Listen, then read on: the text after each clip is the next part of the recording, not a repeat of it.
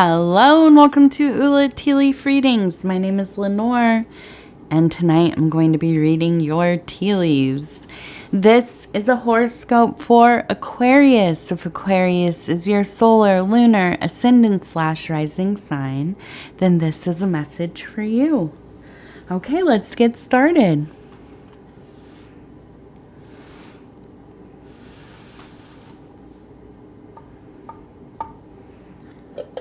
Okay, and knock, and let's see.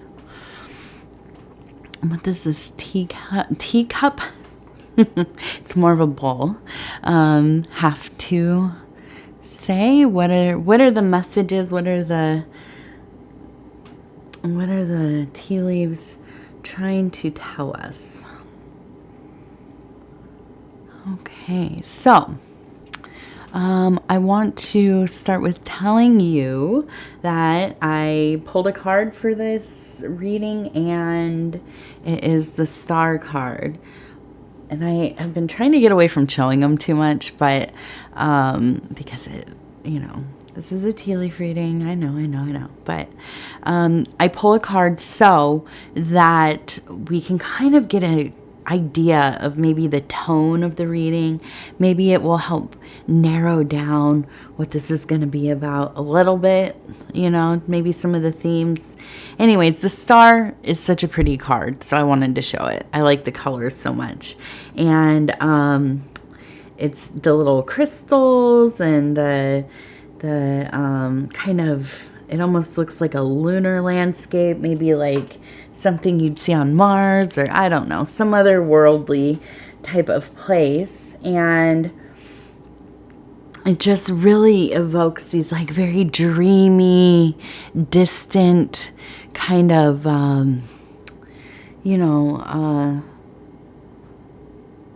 fantasy ideas that we kind of have about, leaving the earth, going and visiting another world. But also there's a lot of inspiration and hope. It kind of really is a sign of motivation towards your long-term goals. Okay. And this one's really interesting. Sorry, I was looking at the and so it's a fun card to get, I think. It really is heavily like a spiritual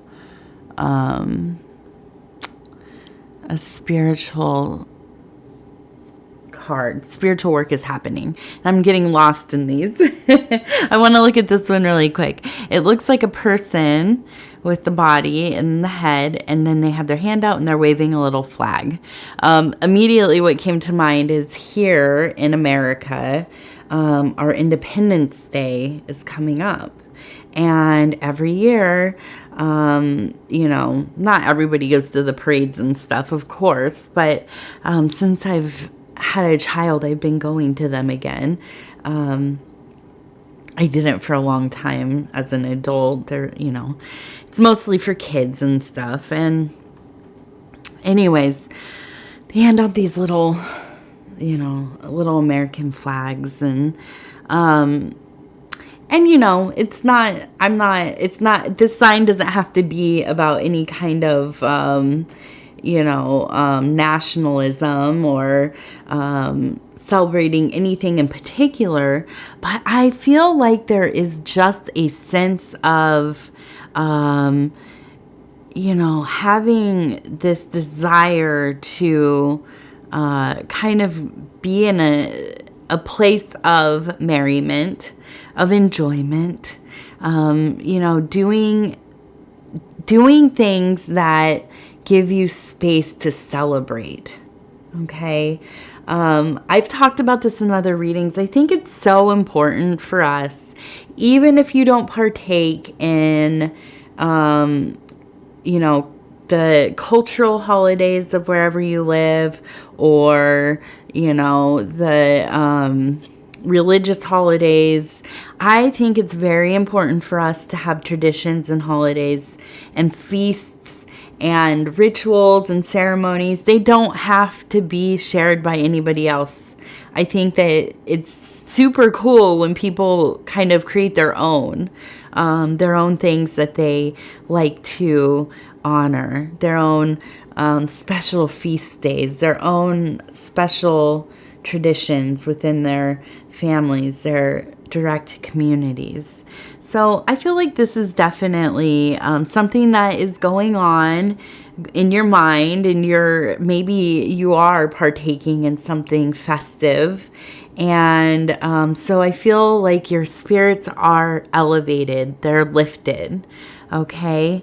And that seems so, it looks like a happy child, just kind of waving their little flag and enjoying everything that's going on. This very kind of stimuli rich environment. Okay. Now, the other one I was kind of looking at here, I'm seeing a person that looks like they're wearing like a robe or a dress, and they seem to be holding what looks like a cup that is kind of spilling out. And on the other hand, it looks like they're holding, I don't know, maybe some kind of what I'm thinking of is those dandelion seed. What are those called? The little blowy things. You blow them and you make a wish. So this very much in the cup being held, and let's see if I can get this away so you can see it. The cup being held and spilled is very much like the card, and that's right here. Okay, so it's interesting when this happens, that we have kind of a mirroring of the same kind of motif. So in the star, there's one cup that is kind of pouring down near the goddess or the feminine figure, and the other one is kind of pouring onto the ground there. But this is really, it seems like a symbol of almost absolution, of like an abundance of that kind of, nectar of the gods, the water of life, the creative sustenance. And so I think that you are really very much in this place where you are in your faith, whatever that looks like. It doesn't have to be religious or spiritual or anything like that at all, but you are in the faith of living. You are kind of very awake and present, very, very much about your life right now, about your maybe interior life, your daydreaming, your astral travels, maybe your interior work. And I believe that, coming out of a period of feeling, and I see this person here who seems to be almost like they're descending, right? Kind of falling. And to me, it seems like there has been a period prior to this one that you were feeling kind of disheartened, disenchanted, maybe a little hopeless at times. I almost get a sense of like kind of feeling trapped, kind of let down maybe by somebody in your life or the people in your life, not keeping up their end of the bargain. That's what comes to mind. And they like somebody saying that they're going to do something and they don't. And so your life has been affected because of this. You've had to pick up a lot of slack, and it's been difficult. It's been a lot of work, and it's really made you have kind of this feeling of who can you really trust ultimately, or rely on, right? I feel that there's maybe some degree of like back and forth about these situations, arguments. And it feels like sometimes your cup, it feels empty, right? Like you are depleted. But because we have the star and we have this lovely, and here, let me get it this way. We have this lovely image. It looks like a person, but also it looks like a peacock, okay? A lovely image of abundance, fortune, success, beauty, you know, and being very tenacious. Peacock is known to be very tenacious. They're quite aggressive when they want to be. And so, you know, just doing what you need to do. I think that there's had to be kind of an act of faith, okay? I feel that you've had to make a choice, or you're in the process of making a choice. I think that you are deciding to trust your intuition. Now, we have that star card. So there is the light, the illumination of that star, which goes hand in hand with that intuition, right? You are ripe with it. You are beginning to understand, or you have understand, and you're choosing to, you know, consciously decide and understand that following your intuition is what is going to save you from whatever this kind of distraught place that you found yourself to be in. I think that, you know, it's the hard part is not knowing what you should do. I think you know what you need to do. I think you have a clear idea of the path ahead. The hard part is going to be where you decide, you make that first move, right? Really, really acting upon the knowledge that you already possess, okay? And so I think that there's just this feeling of richness, of beauty, of, you know, just being okay with yourself. Yeah, you've been let down by somebody or somebody's, but you know that you can trust yourself. You know that you're not a frivolous person. You know how to get things done, right? You've had to your whole life. Yeah, it hurts when you get into a situation where you think, yeah, maybe this is the person that is going to prove me wrong about people. And then, you know, maybe they don't, you know, do anything to hurt you like overtly, but it's just the lacking in honoring their word, their commitments, their responsibilities, showing you how it's not a priority to them like it is a priority to you, right? And so it's not necessarily a case of, you know, them trespassing on you or out in the world against you or whatever, but just not doing what they need to do. And that can be heartbreaking, especially if it's over time, especially if it is a pattern in your life, you know. And, you know, the honest truth is everybody's going to let us down at some point to some degree. But if it is a chronic issue and it's been communicated, you've tried to work on it, it doesn't, you know, it can really, these are the kinds of things that lead into resentment setting in. And there's nothing, I mean, there are worse things than resentment, maybe. But it's one of the worst things that we can become is resentful of somebody. Especially if it's somebody we love. Somebody who is in our private life, who we let into our temple, who we share a home with.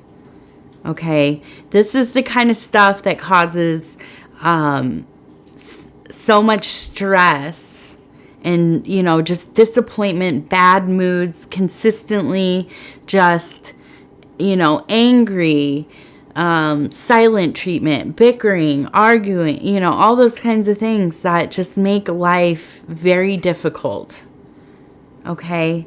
So I think that you just are at a point, and maybe it's not gotten that bad. Maybe it's, you know, and maybe this is not somebody you live with. It could be somebody you work with, or, you know, a family member or whatever, a friend. But I think that you are choosing to listen to yourself. I think there's so many times in life that we are very conditioned to try to overlook different kinds of things, especially when it's like somebody, they do well enough, but they let, you know, quite a few things just kind of slide, you know, things that they say that they'll do, they don't do them. And we're supposed to kind of just be understanding of that. And of course, under certain circumstances, you know, everybody goes through periods of time where they can't do it all. Everybody goes through periods of time where they're not feeling well, or maybe there's been loss. Maybe there's, you know, depression, mental health issues, whatever it is. Of course, we have to figure out a way to be helpful to others and be understanding, empathetic, right? But then sometimes we come to realize, like, this is just how this person is. And are you willing to put up with that? Is that a deal breaker for you? Okay. There was a little cut there. The cat started running over. Okay, so now I want to kind of move into, I have a little heart here, okay? And then I have, let's see, where did it go that way? I think it's this one. Yeah. Okay, so we have a little heart, and then I have, I feel like, okay, so the person over here who had the cup that was spilling out, now this one is kind of upside down, and it looks like they're like throwing it out. Okay. And then I see a person here who is kind of pointing this way. And I truly get this impression that somebody you love, maybe they're alive, maybe they've passed, but they are watching over you. And they really, and I want to say that I also get this feeling that this is like a grandmother energy. Grandmother, somebody like a grandmother, maybe like a friend of the family who is older, an older feminine person, okay? And I can just imagine them, you know, like, oh, honey, like, you have to cut this person out of your life. You have to just pour it out, start again, right? And I'm not telling you to do this, but I'm getting this information from this cup. And then I see over here on this side, I was thinking, oh, okay, this little heart, it looks like a vase with flowers. Okay, really pretty. But then when we're looking at it this way, it looks like it's pouring it out. And I think there's really just this energy of no more putting up with this. Okay. And maybe that doesn't mean fully, you know, separating or cutting this person out of your life necessarily. But I think that this is a place where The work has to be done on some level. Something has to happen. Something has to give, right? It can't continue on this way. I mean, it can, of course, but it's not going to be beneficial.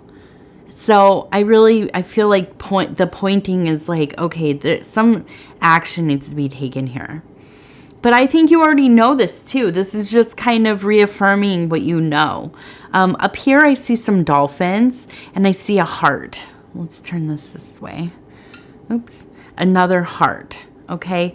So I feel like these are like really signs of, I almost wonder, and I see a little boat there. I almost wonder if this person who's coming through, if they were really into like going on cruises or something, boating. I don't know. Or maybe they just always were drawn to the dolphins. Maybe they had a lot of dolphin art in their house or like little figurines. Whatever it is, I think that they love you a lot. And they just want the best for you and are telling you, listen to yourself. Listen to your intuition. Do what you got to do. Okay. And then the last one I want to look at on here is, and let's see if I can get this up close so we can see it. It looks like kind of the opening of what I imagine is like a forested area. And then there's this coyote. And I want to, maybe it looks like it more right there, right here. And the coyote for me always comes up as kind of this spiritual guide, right on the threshold of the other side. And when they show up, they want to show you something. They want you to come with them. Kind of like follow me out here into the wilderness of your mind, right? I wouldn't be surprised if you had some kind of coyote, dog, wolf, something like this show up in a dream, okay? And if that happens, it's important to try to retain the information that goes along with that dream. Whatever the scenario is, if they reveal something to you, if they tell you something, if they teach you something, whatever it is, try to remember it, write it down. It's going to be something important for you. Okay. And then I want to look over here really quick. We have a little cat who is just kind of hanging out, sitting. And then I have something that looks like a vulture here. And I almost wonder, I love vultures, by the way. I love all of those kind of scavenging animals. Well, a lot of people don't like them. You know, they're ugly or, you know, they feed on dead things. I think they're cool, resourceful, beautiful. I do. They are the ultimate kind of recyclers, right? And so it's a sign of renewal to me. Okay. Picking up what is left, what can work for you going forward, leaving the rest, taking those good bits. And maybe this means going to counseling. Okay. If this is like, we're talking about somebody you're married to and really, maybe you go to couples counseling. Maybe you find some kind of, healer that can help you with your blockages, with their blockages, whatever it takes. Maybe you need to go on some kind of, retreat together. Whatever it's going to take. The communication needs to be there. Maybe a third party or some kind of, program, modality that will kind of support that kind of deeper conversation. So it's not just the back and forth. I mean, you know what? I'm married to a wonderful man. We bicker. It's mostly me though. I'm more combative. You can probably tell from some of my readings. I have opinions. I have a bit of a little attitude sometimes. And so, you know what? I feel like if it ever got to that point, we would have to do the same thing. you know, and that's okay. I think it's, you know, as we grow, I think it's important to have people come into our lives that will help facilitate that, expose us to new, you know, therapies, ways to explore ourselves, explore the world, you know, do that safely. You know, and you don't have to be like super strict about it, but you know, I think it's important to have some kind of framework. At least read a book or something, you know, whatever, a website, watch a TikTok, I don't know, you know, something. But I do think that this will be helpful. Now the cat, I think that, you know, you kind of just want to do your own thing a little bit. I feel like this kind of pulling into this next section, I feel like there's a sense of wanting to find some kind of progress, but also find some space for yourself. Do some things for yourself, right?